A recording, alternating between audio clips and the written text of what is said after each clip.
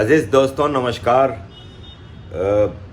शुरू करते हैं रशिया के ऊपर से। रशिया ने जयशंकर जी की आज प्रेसिडेंट व्लादिमीर पुतिन से मीटिंग हुई है, तो कुछ रशिया इंडिया के हवाले से चीज़ें आपके सामने रखूँगा। इसके बाद यूरोपियन इमिग्रेशन के हवाले से कुछ चीज़ें हैं, फिर गज़ा वार। तो देखें, रशिया में कोई फॉरेन डेलीगेट जाता है, फॉरेन मिनिस्टर या कोई, तो बहुत कम चांस होता है कि वहाँ के फॉरेन मिनिस्टर से भी कोई डिटेल्ड मीटिंग हो सके। एक फ़ोटो सेशन होता है 10-15 मिनट का, और पुतिन तो सिलेक्टेड हेड ऑफ स्टेट से भी मिलते हैं। एक मिसाल ले लें कि जब इमरान खान गया था तो 1 घंटे की मीटिंग हुई थी उसकी, लेकिन भारत के फॉरेन मिनिस्टर जयशंकर जी गए तो 2 दिन रशिया के जो फॉरेन मिनिस्टर हैं उन्होंने 2 दिन लगातार जयशंकर जी के साथ गुजारे। सर्जी लावरोव जो फॉरेन मिनिस्टर हैं, और फिर इसके बाद प्रेसिडेंट व्लादिमीर पुतिन ने डिटेल्ड मीटिंग की जयशंकर जी के साथ, और कई स्ट्रेटेजिक मैटर्स पे बात हुई है।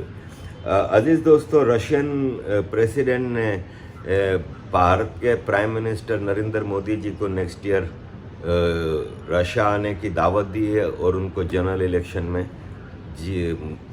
गुड लक विश किया है। भारत रशिया के रिलेशनशिप हिस्टोरिकल हैं और स्ट्रॉन्गेस्ट हैं।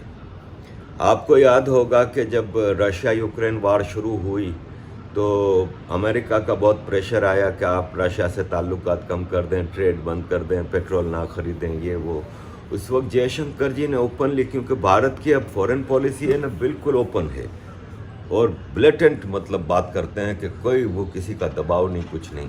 तो जयशंकर जी ने, आपको याद होगा कि कई जगहों पे कुछ चीज़ें कही थी, जिसमें एक बार उन्होंने कहा था कि जब 71 में ईस्ट पाकिस्तान में पाकिस्तान की पंजाबी आर्मी जेनोसाइड कर रही थी तो वो अमेरिकन हथियारों से कर रही थी, और जब भारत की और पाकिस्तान की जंग छिड़ी, चाहे वो 65 की हो कि 71 की हो, तो भारत के खिलाफ पाकिस्तान की आर्मी अमेरिकन हथियारों से लड़ रही थी। तो हमारे साथ उस वक्त रशिया खड़ा था, और कई ऐसे स्ट्रेटेजिक मौके आए यूनाइटेड नेशंस में जब रशिया ने वीटो किया कई एंटी भारत रेजोल्यूशंस को। तो भारत का रशिया से एक अटूट रिश्ता है, और ये कॉन्फिडेंस 75 साल का है इस रिलेशनशिप का। और भारत अगर इस दुनिया में किसी फॉरेन कंट्री पे भरोसा कर सकता है तो वो रशिया की दोस्ती पे। रशिया, और ये 2 तरफा है, क्योंकि रशिया के लिए भी ज़रूरी है कि इतना बड़ा मुल्क, दुनिया की सबसे बड़ी आबादी वाला मुल्क, उनका अलाय है, उनके साथ खड़ा होता है। और अब जैसे ट्रेड को ले लें तो अगर भारत वहाँ से एनर्जी सोर्सेस भारत के वहाँ से आते हैं रशिया से, तो यहाँ से भी कई चीज़ें हैं जो जाती हैं। आपको पता है कि भारत इस वक्त वैदिक और मेडिसिन के हवाले से, आईटी के हवाले से, टेक्नोलॉजीज़ के हवाले से बहुत ही तेज़ी से आगे बढ़ रहा है, तो उससे रशिया को भी इतना ही फ़ायदा होता है। ये नहीं है कि ये कोई वन साइडेड है, कोई भी मुल्क किसी और के लिए काम नहीं करता, वो अपने मफाद पहले देखता है। तो ये टू वे ट्रैफिक है, और it's going on very smoothly, और बहुत अच्छा इसका वो है। अब जैसे जयशंकर जी और लावरोव रशियन फॉरेन मिनिस्टर के दरमियान जो मीटिंग हुई, उसमें एक चीज़, एक एग्रीमेंट हुआ है। लावरोव साहब ने अपनी प्रेस कॉन्फ्रेंस में बताया कि भारत और रशिया अब मिल के मिलिट्री इक्विपमेंट प्रोड्यूस करेंगे, और ये भारत और रशिया दोनों के लिए ज़रूरी है कि एक जॉइंट मिलिट्री प्रोडक्शन हो दोनों की, और इससे दोनों मुल्कों का फ़ायदा होगा। तो अज़ीज़ दोस्तों, ये रशिया के हवाले से चीज़ें थीं। भारत और रशिया के रिलेशनशिप रीजन के लिए भी बहुत ज़रूरी हैं। प्रेसिडेंट पुतिन ने ये मैसेज दिया कि रशिया इंडिया का कोऑपरेशन यूरेशिया के लिए बहुत इम्पोर्टेंट है, यूरेशिया की प्रोटेक्शन और सिक्योरिटी के लिए ये रिलेशनशिप बहुत ज़रूरी है। तो दिस विल कंटिन्यू, और ये एक ऐसी डेवलपमेंट है जिस पे अमेरिका बहुत खार खाता है। अमेरिका कहता है कि ये चीज़ें क्यों हो रही हैं, यानी अमेरिका के पीछे लगे रहो, आप उनकी बात मानो, उनको वो जो कहते हैं वो करो। और दुनिया में सबसे ज़्यादा धोखेबाज अमेरिका है, ये आपको अच्छी तरह पता है। देखें, सद्दाम हुसैन को किसने सद्दाम हुसैन बनाया? अमेरिका ने। ईरान के ख़िलाफ़ जंग के लिए हथियार देता रहा और बिल्कुल इसको एक डिक्टेटर बना दिया, लेकिन फिर उसी सद्दाम हुसैन को मारा। यही चीज़ आप दुनिया के कई इलाकों में देखेंगे। एक मिसाल ले लें कि ओसामा बिन लादेन, किसको नहीं पता कि CIA का ट्रेंड टेररिस्ट था। तो धोखा अमेरिका की रग रग में है, और अपने मफाद के लिए अमेरिका ये सब चीज़ें करता है। रशिया की हिस्ट्री दूसरी रही है। रशिया इवन कोल्ड वार में भी जिसके साथ खड़ा था उसके साथ स्ट्रांगली खड़ा था। अजीज़ दोस्तों, अजीत डोवल साहब अमेरिका गए अभी रिसेंटली, और CIA के लोगों से मीटिंग हुई, और उसमें जब उनसे ये कहा गया कि भारत से किसी ने सुपारी दी गुरपतवंत पन्नून के लिए, तो अजीत डोवल साहब ने साफ अल्फाज में उनको कहा कि हमें क्या नहीं पता कि गुरपतवंत पन्नून कौन है? एक डुअल नेशनल USA और कनाडा की नेशनलिटी रखने वाला इतना खुल के टेररिज्म की धमकियां आपकी धरती से दे रहा है, और आपका कानून उस पर कुछ नहीं कर रहा। आपका कंट्री और कनाडा हमारे ख़िलाफ़ एक खालिस्तानी मूवमेंट जो कि सिर्फ विदेश में है, भारत में नहीं है, उसको इतना बढ़ावा दे रहे हैं, उसको इतना प्रोटेक्शन दे रहे हैं और उसको इतना सपोर्ट कर रहे हैं। तो क्या हमें नहीं पता कि गुरपतवंत पन्नून CIA का एजेंट है? वो आपका आदमी है और आप उसके ख़िलाफ़ कोई भी साजिश, कोई भी एक्शन नहीं लोगे। तो ये चीज़ उन्होंने कही। यहाँ पे मैं आपके साथ एक वीडियो शेयर करना चाहूँगा, जो अजीत डोवल साहब के बेटे की इंटरव्यू का एक पार्ट है, वो आपके सामने शेयर करूँगा। उससे आपको अंदाज़ा होगा कि भारत में आज भी डायनास्टिक चीज़ें चल रही हैं, लेकिन एक ही जगह है जहाँ पे BJP, जहाँ पे ये बीमारी कम हो गई। तो ज़रा सुनिए।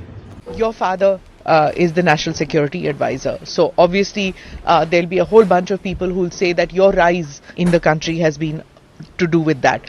There are people who are pointing fingers at Jai Shah, that it's because of his father, it's because of Amit Shah. These kind of attacks are coming in, that the BJP talks about Parivarvad, but there are a whole bunch of people who have risen because of their fathers being in important positions. When you say that you have risen, you please tell me, what do you mean by risen? What have I happened to me because of Parivarvad?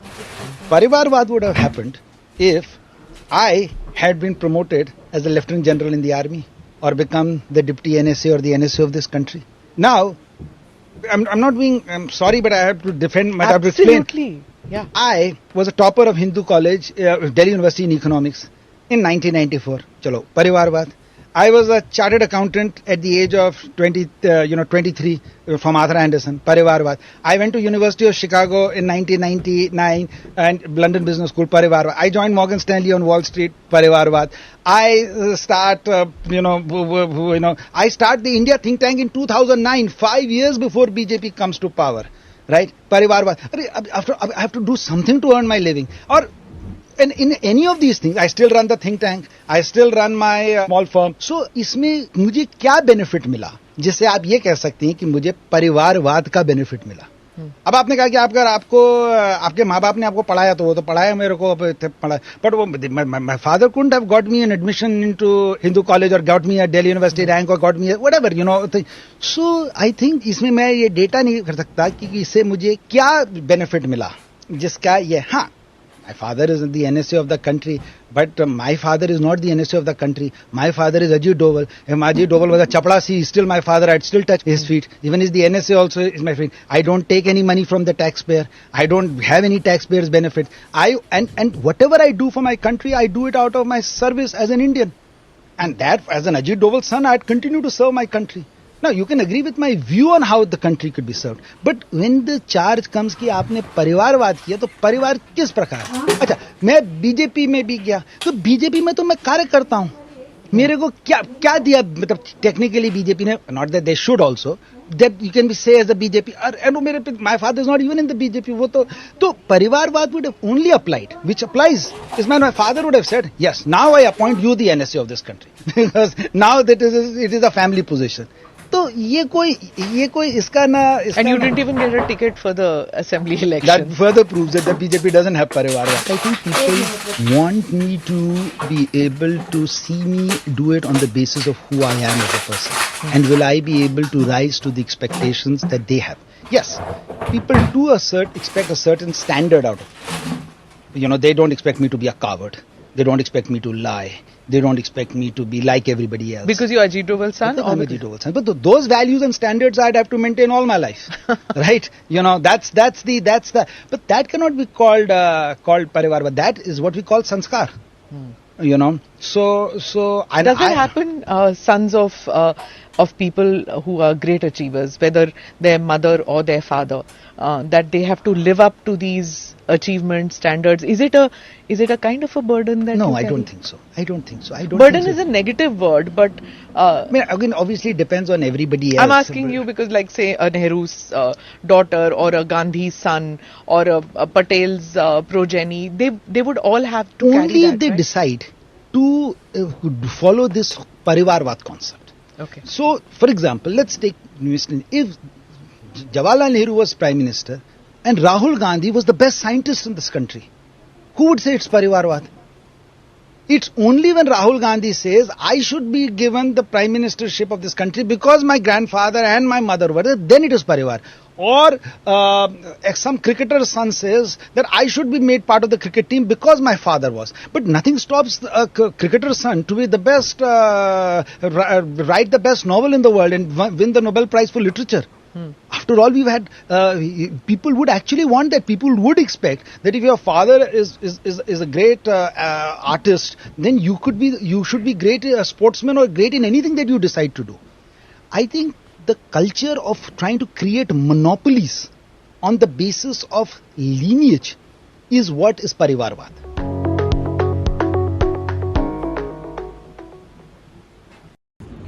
तो अजीज दोस्तों, आते हैं Europe की तरफ.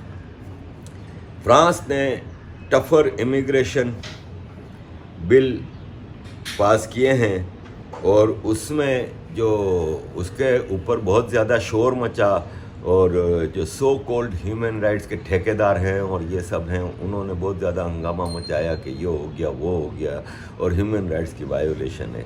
ये जो आ रहे हैं, ये ह्यूमन राइट्स की जो आजकल यूरोप में जो कर रहे हैं, ये गज़ा के नाम पे प्रोटेस्ट और ये सब चीज़ें, आप यकीन माने कि क्रिसमस के जो बाज़ार होते हैं उनके ऊपर धावा बुलाए. चर्चेस में क्रिसमस की सर्विसेज के ऊपर धावे बोले हैं. तो फिर इनको वेलकम किया जाता था ना, तो अब उनको धक्के मारे जाएंगे. तो फ्रांस के जो एंटी इमिग्रेशन बिल है उसकी जो की थिंग्स हैं, पहला पॉइंट ये है कि जो भी इमिग्रेंट आएगा उसका सबसे बड़ा इंसेंटिव ये होता है, सबसे बड़ी इसको अट्रैक्शन जो होती है वो ये होती है कि हमें यहाँ पे बेनिफिट मिलेंगे. बेनिफिट क्या होते हैं कि आप आते हैं, आपके पास घर नहीं है, आपको घर देंगे या फिर आप घर किराए पे ले लें, किराया स्टेट देगी. अब एक मिसाल है, 1500 पाउंड किराया है तो वो 1500 पाउंड फ्रांस की या बेल्जियम की या जो भी मुल्क है वो गवर्नमेंट देगी. फिर आपको खाने पीने के लिए दूसरे खर्चों के लिए जेब खर्च देगी. फिर आपका टोटल मेडिकल फैमिली का फ्री होगा. ये सब इंसेंटिव है जिस पे लोग भाग भाग के आते हैं. तो फ्रांस के बिल का पहला पॉइंट है कि 5 साल तक कोई बेनिफिट नहीं मिलेगा. कोई भी इमिग्रेंट आता है उसको 5 साल तक कोई भी बेनिफिट नहीं मिलेगा. इलीगल्स को इमीडिएटली डिपोर्ट किया जा सकेगा. इमीडिएटली डिपोर्ट किया जाएगा इलीगल्स को। और पहले एक और अड़चन ये आती थी कि ये लोग रास्ते में पासपोर्ट फाड़ देते हैं। जितनी बोट्स आ रही हैं उनके लोगों के पास कोई पासपोर्ट नहीं होता, क्योंकि वो वीडियोज़ उन्होंने बना के खुद लगाई हैं कि ये लोग पासपोर्ट फाड़ के समंदर में फेंक रहे हैं। तो उससे क्या होता था कि डिपोर्टेशन का मसला हो जाता था कि एक मिसाल है कि एक लीबियन है या एक पाकिस्तानी है, वो आता है, अब वो उसको रिपोर्ट कैसे करेंगे? पाकिस्तान तो कहेगा कि भाई ये हमारा नहीं है बंदा, और वो भी अपना आगा पीछा नहीं बताएगा। तो अब ये तय हुआ है इस बिल में कि जो भी इलीगल इमिग्रेंट आएगा उसके पास पासपोर्ट है कि नहीं है, वो जिस मुल्क का है हम ज़बरदस्ती उसको उधर भेज सकेंगे। पहले कानून था कि नहीं, आप ज़बरदस्ती इस तरह नहीं भेज सकते। इसके अलावा ये है कि जो भी फ्रांस के लॉ और कल्चरल और प्रिंसिपल वैल्यूज़ ऑफ रिपब्लिक, जो वर्ड यूज़ हुआ है, the principles of the Republic, और इनकी जो वैल्यूज़ हैं, इनकी जो कल्चर है, उसको नहीं मानता, उसकी रेसिडेंस परमिट रिन्यू नहीं होगी। अब एवा कोस हैं ह्यूमन राइट्स वॉच की, वो कह रही हैं कि हमें इंग्लैंड में भी ऐसे ही कानून चाहिए। और आपको मैं बता दूं कि यूरोपियन यूनियन ने भी इस पे सेशन शुरू कर दिया है, और यूरोपियन यूनियन एक मेजर डील पे करीब आ गई है जिसमें रिफॉर्म्स ऑन इमिग्रेशन पॉलिसी होंगी।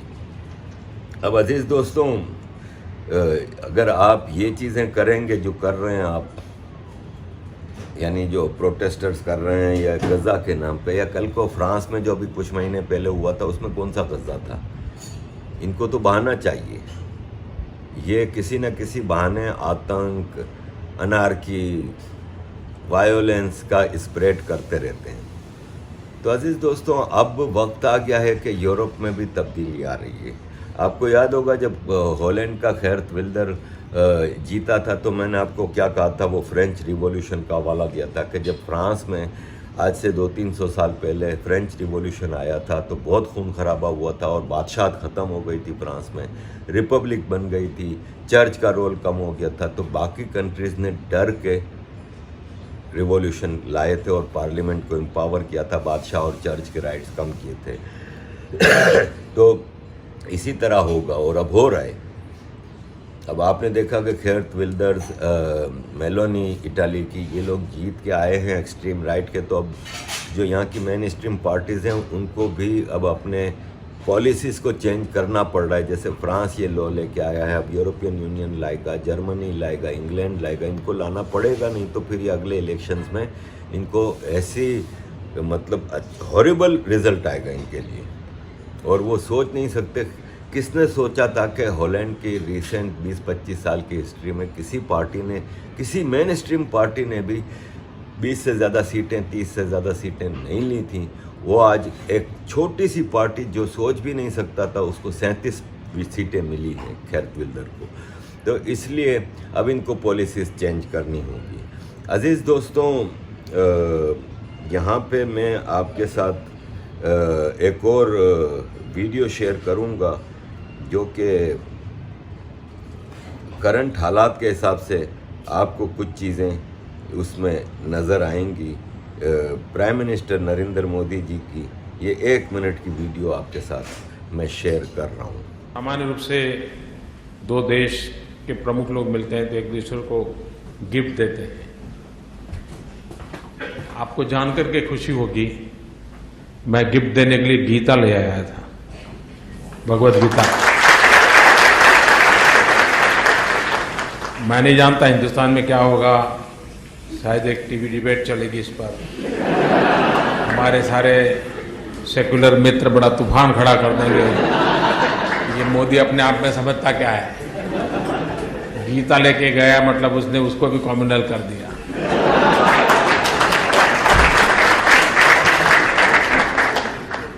खैर उनकी भी रोजी रोटी तो चलनी चाहिए, और अगर हम नहीं रहे तो कैसे चलेगी। लेकिन पता नहीं आजकल ऐसे ऐसे विषयों पर विवाद करते हैं। लेकिन मेरा कमिटमेंट है, मेरा कन्विक्शन है और मैंने इस निर्णय किया कि मैं दुनिया के किसी महापुरुष को मिलूंगा तो मैं ये दूंगा। और मैंने जापान में आज यहाँ के महाराजा को मिलने गया तो उनको भी मैंने गीता भेंट की।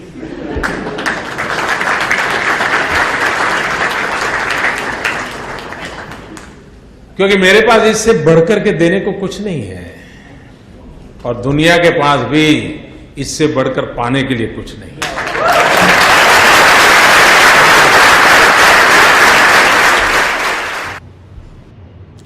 तो अजीज दोस्तों, ये सारी सिचुएशन है गज़ा के हवाले से छोटा सा मैं आपके साथ शेयर करूंगा कि इज़राइल ने हमले जारी रखे हैं और इज़राइल के आर्मी चीफ ने कहा है कि ये हमले कई महीनों तक चलेंगे।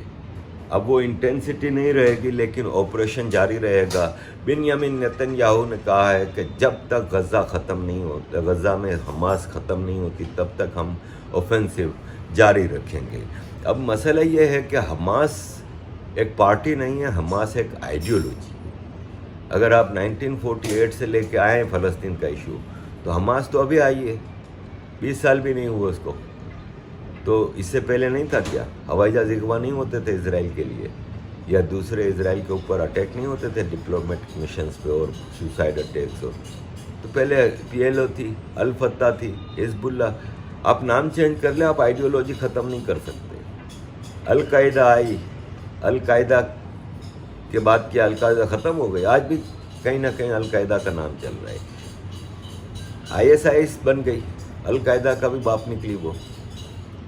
बोको हराम है, तालिबान है, पाकिस्तान आर्मी है, जमात इस्लामी है, ये सब टेररिस्ट ऑर्गेनाइजेशन है। तो आइडियोलॉजी को आप ख़त्म नहीं कर सकते। गज़ा में जंग जारी है, कई चीज़ें हैं मेरे पास, उसके में भी डिटेल, लेकिन अब वो सेम थिंग्स हैं। हमास के कमांडर अरेस्ट हुए, उन्होंने एडमिट किया कि मैं अल शिफा हॉस्पिटल का डायरेक्टर, लेकिन मैं हमास का कमांडर हूँ। तो ये लोग हॉस्पिटल्स यूज़ करते थे। इवन पैलेस्टीनियन अथॉरिटी है जो इस वक्त वेस्ट बैंक में रूल कर रही है, उसके एक रिप्रेजेंटेटिव ने ये बयान किया है कि हमास सिविलियन पैलेस्टीनियंस को ह्यूमन शील्ड के तौर पर इस्तेमाल कर रही है। तो हमास तो आउट ऑफ वे जाके इसकी जो सपोर्ट करते हैं, मैं हैरान होता हूँ कि क्या वो लोग ये नहीं सोचते कि जिस तरह सिविलियंस को बर्बाद कर रही है हमास। 7 अक्टूबर से पहले गज़ा की वीडियोस वायरल हैं, आप देख सकते हैं गूगल पे कि 7 अक्टूबर से पहले गज़ा में लाइफ वाज गोइंग ऑन। क्या ज़रूरत पड़ी हमास को? क्या फ़ायदा हुआ या फ़लस्तीन को क्या फ़ायदा हुआ उस 7 अक्टूबर के हमले से?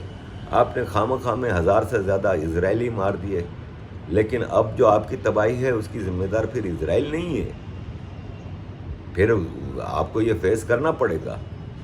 तो ये सब चीज़ें हैं। हज़ारों फ़लस्तीनी जाते थे जॉब करने के लिए इजराइल में, और फिर मुखबरियाँ की उन्होंने हमास को।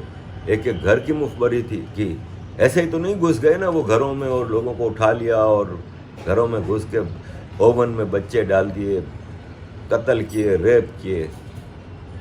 इतने हज़ारों घर होते हैं, कोई हर घर में तो नहीं घुसे, वो सिलेक्टेड घरों में घुसे। तो जो मुखबरियाँ हुई, तो आप लोग तो बिल्कुल ही एहसान फरामोश हरामखोर हो, मैं गज़ा के सिविलियंस को कह रहा हूँ। और आपने जिस तरह खुशियाँ मनाई गज़ा की सड़कों पे और दुनिया भर की सड़कों पे, अमेरिका यूरोप की सड़कों पे, कि हमास ने ज़बरदस्त इजराइल के ऊपर हमला करके जिहाद किया, ये किया, वो किया। तो अजीज़ दोस्तों, ये सारी चीज़ें हैं जो कंसीडर करनी पड़ती हैं कि आफ्टर ऑल इस सब का ज़िम्मेदार हमास है, इजराइल नहीं है जो आज गज़ा में हो रहा है।